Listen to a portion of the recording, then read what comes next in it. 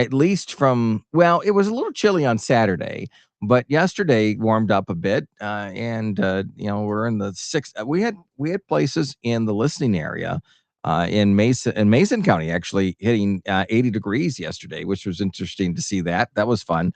Hopefully that kind of triggers things in regards to a little bit of tourism, people getting out and about. There is the farmers market in downtown. There is the Fish Hunt for Freedom coming up before we know it. June will be here, all that good stuff. Are you overwhelmed yet with all the activities in the Ludington area? No, not at Okay. all. We're welcoming it. We're very excited for summer to be here. And if Lake Michigan didn't have practically its own weather pattern and affect the lakeshore so much, I think we would also be feeling some of those 70s and 80s as well. But I think we're blessed to live here along the shoreline, and with that comes some cooler temps for a little bit longer in the spring and early summer. Yeah, and it'll be here. We'll be complaining it's too hot outside before you know it, and that'll happen.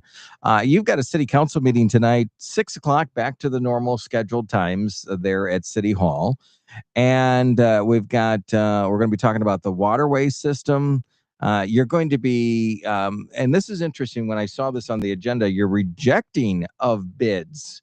Do you mind us just jumping right into that? Like, when do you? Is it just a blanket rejection of bids? Is there a bid that was approved? What's the backstory here? So every community handles the rejection of bids differently, and here in Ludington, the rejection of bids actually happens by the city council. After this, I would be looking to potentially change how we handle that. It makes a lot more sense if we could just handle that day to day administratively. Um, the rejection of bids, in particular for this project, is the Gaylord Ferry and Gaylord sanitary sewer bids. The reason why we're looking to reject these bids are for two reasons. Number one, we only have $225,000 budgeted for this project. The engineer's estimate that the city put together was around 260. The Hmm. low bid came in at 350. Oh, ouch. So Okay.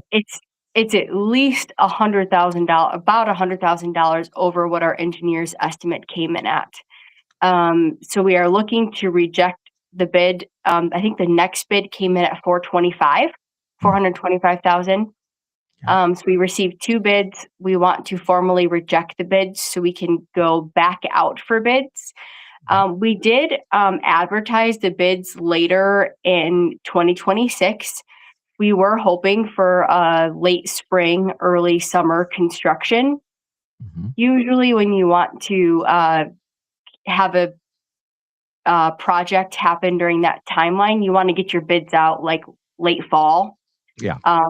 early December at the latest. And we didn't get our bids out until probably March or so. They came in April. So by then, most contractors' schedules were filled up, and we were just filling people's slots, and we're going to pay prime pricing in order for that to happen. So we would like to rebid the project with some more lenient scheduling for the contractors and hopefully get some better pricing a second time around. So that's what's on the counselor's agenda this evening, is to formally reject those bids and allow us to go back out for bids for maybe a fall or even a spring of 2027 timeline. Okay, so push it off to next year with that, uh, to make it realistic, and that makes sense when you get into spring and summer. We've heard a lot over the years that these projects are back to back to back construction season. On my way on my way from Ludington to Detroit over the weekend, I was telling somebody, I'm like, I don't think we made it more than 20 miles without cones here and lanes all closed down, and those projects will be probably pretty heavy this year. Which let's localize it on to Gaylord and Ferry Street. There, what is that going to impact that area or that particular project by moving it out a year? I mean, that is certainly something that we have to consider. Um, There's been some sewer backups over the last several years, which is why the project is happening to begin with. There was recently some sort of issue underground that the utility maintenance department had to do some underground work to repair, and it is of their opinion that the project can wait for a fall or spring 2027 schedule. Hmm. If we hadn't had that, weren't able to get underground and look again at the infrastructure, then maybe we wouldn't be taking that gamble. But again, even if we were, we're talking double the project cost potentially than we were anticipating, and we would have to find those funds somewhere in the sewer fund, and they were not budgeted for. So that would be a different financial struggle that we would be facing right now. And we are thankfully in the position where we can go out for an alternative schedule and hopefully get something more financially in the city's favor. Two questions for you in regards to this. I'm curious about. Does this sort of reverse the approach now that you are ahead of where you would normally send out a bid? Instead of fall, you're doing it now in spring. Do you think that you could actually benefit from that, where these companies will say, hey, we don't have a lot on the books right now for that window. We could be a bit more aggressive with our, because again, you're rejecting and you're giving them a better time window. Could that actually benefit when it comes to budgeting? Um, I'll be honest and say that with our engineer's estimate being over our budget already, I don't think it will necessarily benefit us.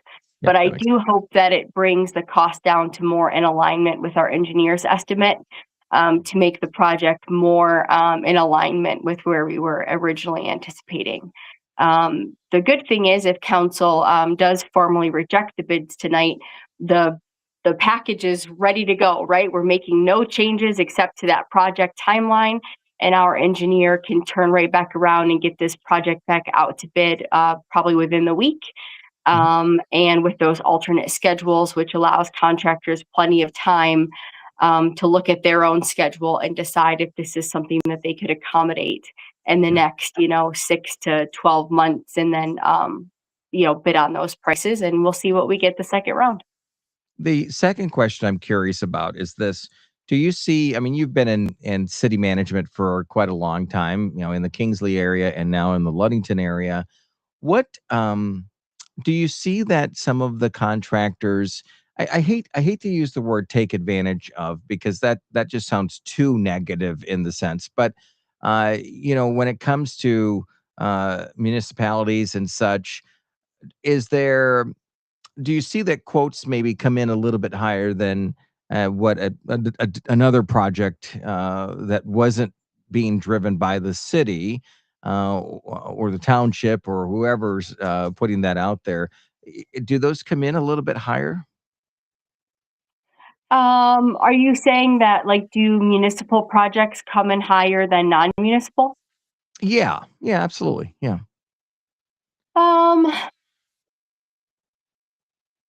I don't think so. Okay. I mean, there's so much transparency there, right? Our All of our bids and the bid documents related to it and the pricing is all transparent. It has to be publicly posted.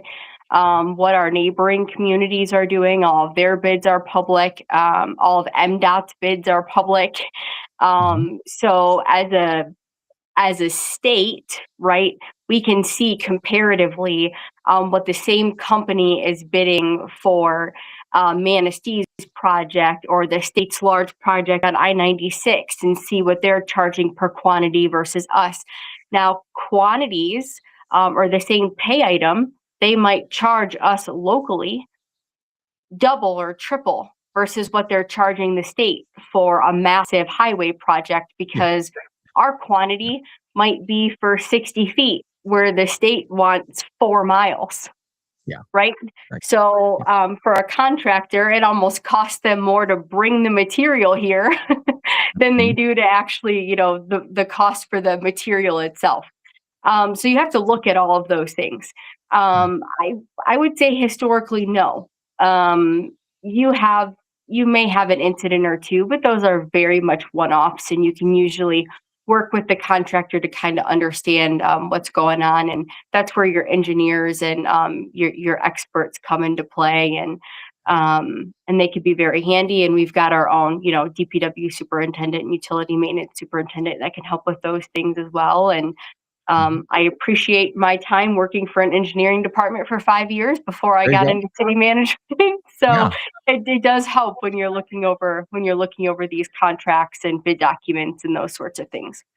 Good information there, and that perspective as well. I was always curious about that, is that if because sometimes it's like, well, if they have the budget, and but in this particular case the budget isn't there, the dollars aren't there to say, hey, we can spend 80 to 100,000 more than what we had projected for it, or even more than that, actually, when you look at from the original engineering cost to what was quoted. If you are just joining us, we're talking with Kaitlyn Aldrich, City Manager of Ludington, this morning. Anything else in regards to that before we move on to another topic this morning? I just want to, kind of piggyback onto your comment that even if we had the budget, Okay. if a bid, even a low bid, is outrageous, if there's not legitimate reasons why that low bid is so inflated, and you have the option to wait Okay. to rebid, you always rebid. Good. Okay. That's good. I mean, that's what you do. I mean, otherwise, what's the point in competitive bidding? What's the point of having engineers' estimates? I mean, COVID really shook up the market, and contractors being able to secure materials in a timely manner, and where they're coming from, and just estimating what prices are going to be, and when shipping dates are, and all of those things. So that is certainly a curveball. But just because the budget is there doesn't mean that you're going to pay these massive inflationary costs just because the budget's there. Well, If you're, and like I said, if the minimum bid comes back and says, well, these are the reasons why, and if you as the municipality agrees and your engineer agrees, then maybe, yes, you do pay that. But if it does seem that it was just a shot in the dark, then yep, you hold off and you rebid. Because those costs, those extra funds maybe that you had, can go towards another project. the good reasoning there, obviously, and that helps. I mean, that says a lot about the city looking out for the taxpayer, right? Because those are ultimately taxpayer dollars that are being invested, and when you can save here and divert a little bit more money to this project or that project, very important. So good perspective there. Um, you got some parking lot paving. That's We sort of do. normal, or where are we talking about on that particular project? So on the same line that we're talking about this morning about bidding, we have a unique situation here in Ludington. The city budgeted $150,000 to repave the Department of Public Works parking lot. Historically, the two local asphalt suppliers in Ludington are Reith Riley and Elmer's.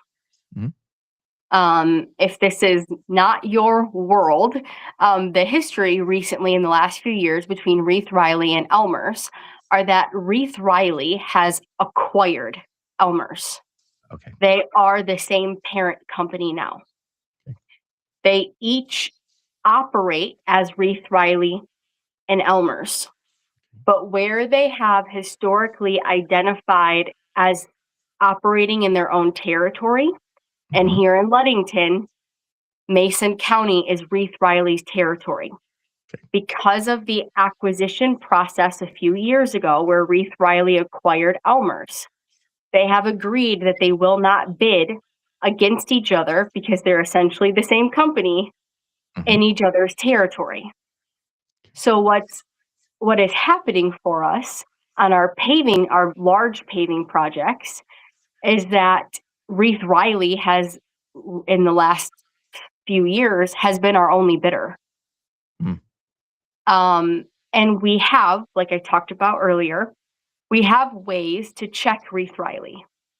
Okay. We can look at MDOT public bids and see our Reith Riley's quantities and what they're charging us for comparable to other bids in the area. We can look at what Mason County's doing, what Manistee County's doing, what Muskegon's getting back, Grand Rapids. We can look at other comparable communities, and even though Reith Riley is the only bid, we do have ways to see if we're being charged a fair price. So in this particular case, rather than going out for competitive bids, Reith Riley has offered a proposal for $142,000. We budgeted $150,000, and we are going to ask City Council tonight if we can waive the competitive bidding process and just hire Reith Riley directly. Okay. Yep. Something that the DPW superintendent would like to ask the City Council above and beyond that is if they would, for a period of time, waive the competitive bidding and allow the city to hire Reith Riley for our paving projects for a period of time. Okay. Is that 1 year, 2 years, 3 years? But if they are primarily our only source in Mason County for our large paving projects, would City Council be willing to waive that competitive bidding and allow us to hire them directly for a period of time? Knowing that you're still going to put in kind of the checks and balances there, check other projects for each project that comes up, and it's not just going to be this blanket, hey, that's our resource in the sense because you still want to, as you mentioned just a few minutes ago, save money, be competitive as much as possible for the taxpayer base. Yes. Okay, good information there. And that was pretty interesting to look at both perspectives of that, the rejection part of it, and then the approval of bids with that. The only question I guess that comes to mind, and I hope I'm not throwing necessarily a wrench in it, is let's say that somebody from out of town, comes in there. Is there a mechanism in the charter or the bylaws or wherever in the city that says, hey, we've got to now go back to our original 2 bids, 3 bid process, whatever that is? The purchasing policy allows City Council to waive. So whatever they do tonight, if they say no, right? And then we have to do competitive bidding for every project. If they waive for paving projects for Reith Riley only for 1 year, then we don't, even if someone else comes into town, we don't have to go back for a year. Yeah. Historically, what we do, if there is new paving companies, not just in Ludington, but anywhere that I've worked and how most engineers handle it, is even if there's someone new, you generally don't want to be the first person that's willing to be their client. Okay, yeah. Unless they're very well known and you're able to call up another municipality and say, would you recommend them? Yeah. Have you done a similar project and how'd it go?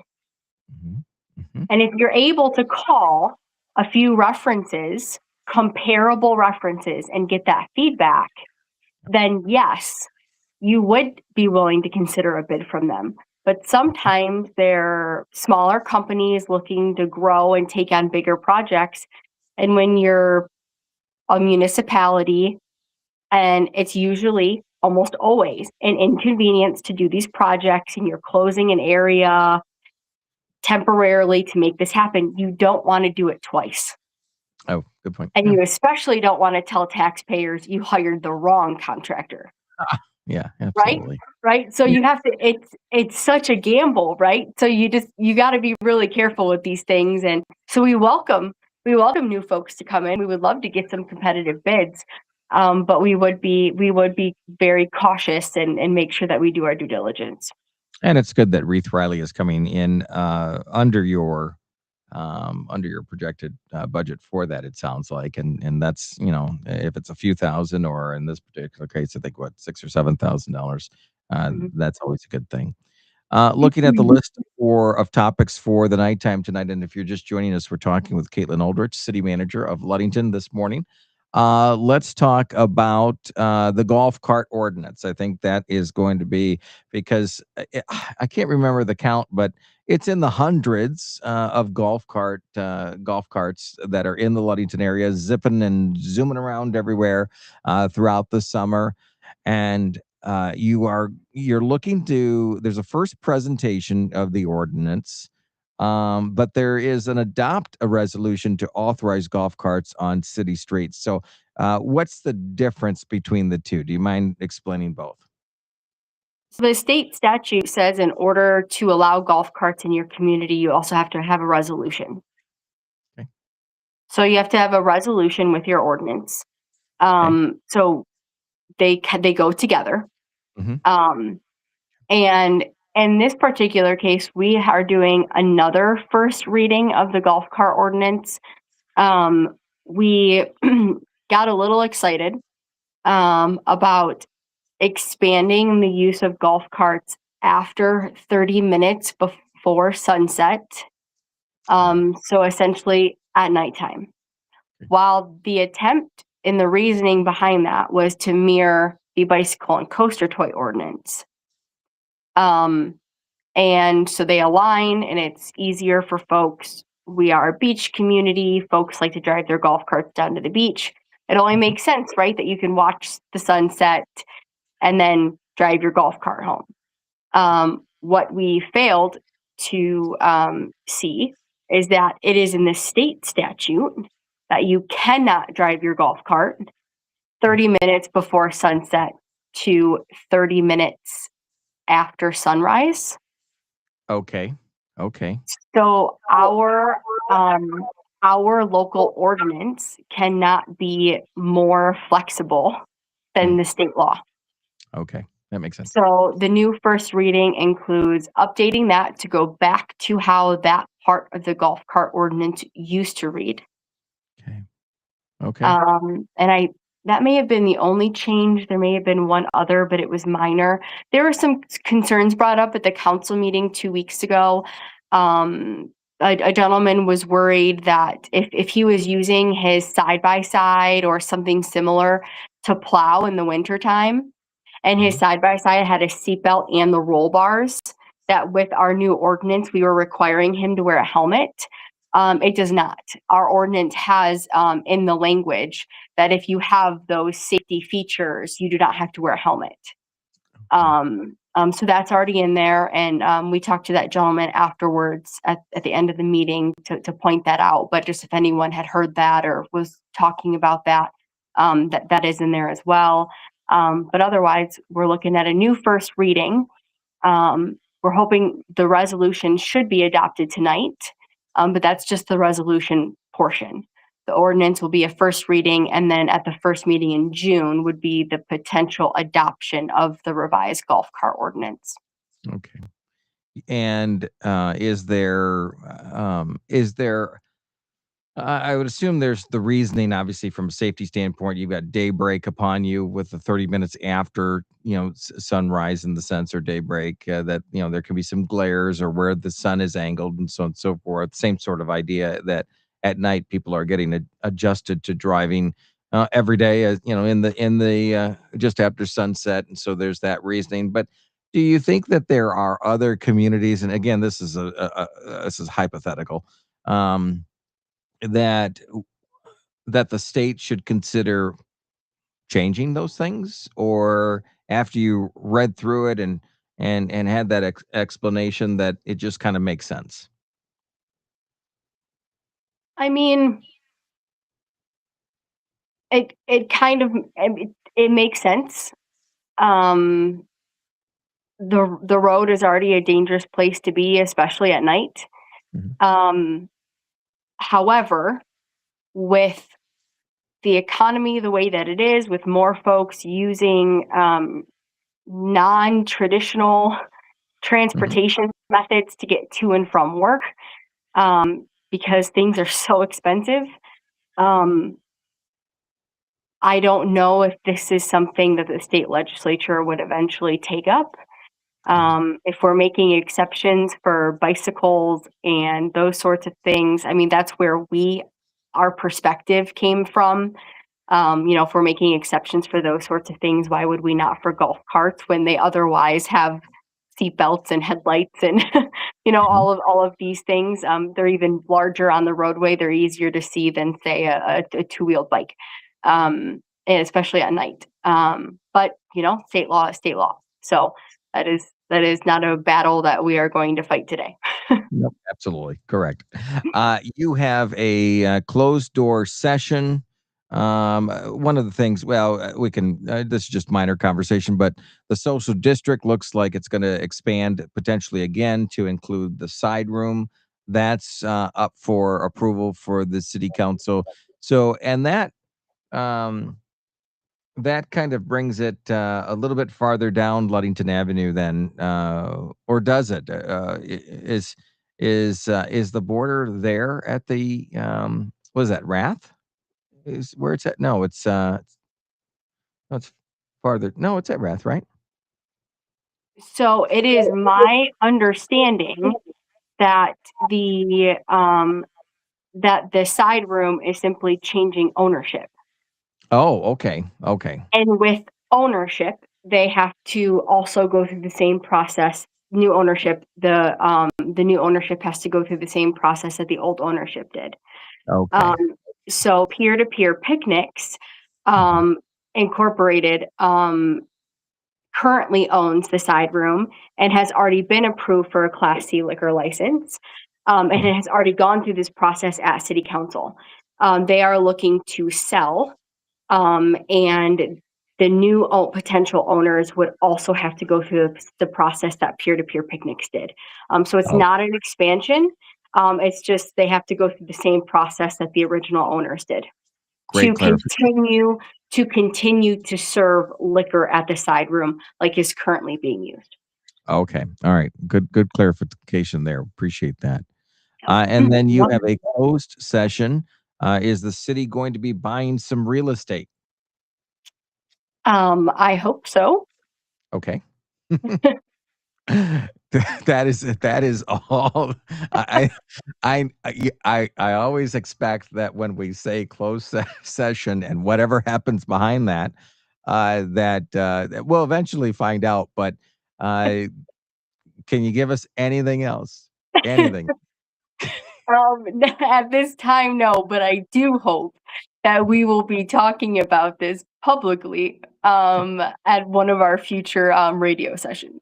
All right, sounds good. I will leave it at that. I will not push that envelope because obviously this is, but hopefully this is exciting. And hopefully it'll be a pretty cool deal. What happens?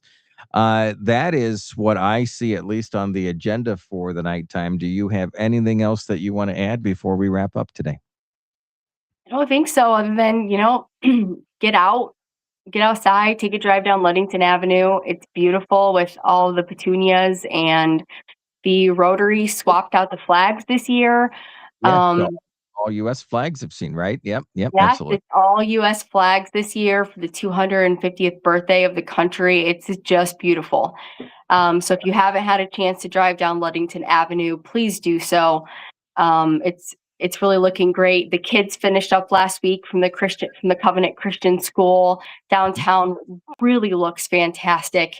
So please take some time, if not this week, Memorial Day weekend, get out downtown and take a drive, take a walk is even better, and just enjoy Ludington. All right, good information there. And we appreciate all that you do. We will talk with you coming up in about, is it 2 weeks from now? We have the holiday next Monday and then city council meeting the following Monday after that, back to the original schedule, I believe. Or yes, we have 3 weeks. 3 weeks. 3 weeks. Okay. All right. 3 weeks. Yeah. There we go.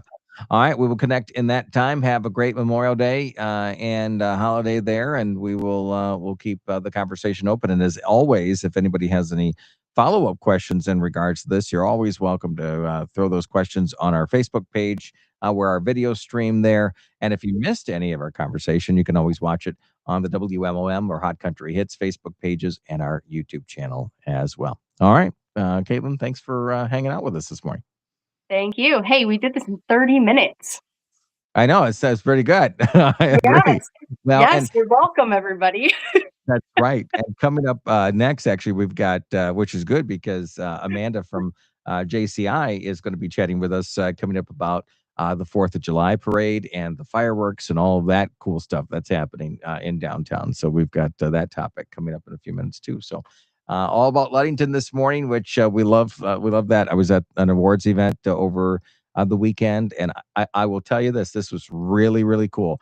There was a lot of broadcasters there. It was TV and radio awards, and the amount of people that said, "Oh, you've got the stations in Ludington from the Ludington area," and they love Ludington.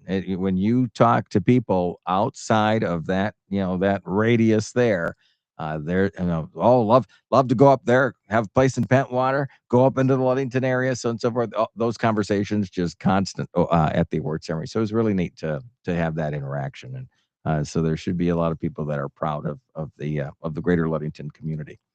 That's And great to we're hear. going to be talking about that more. Yeah, absolutely. All right, talk with you in 3 weeks. Okay.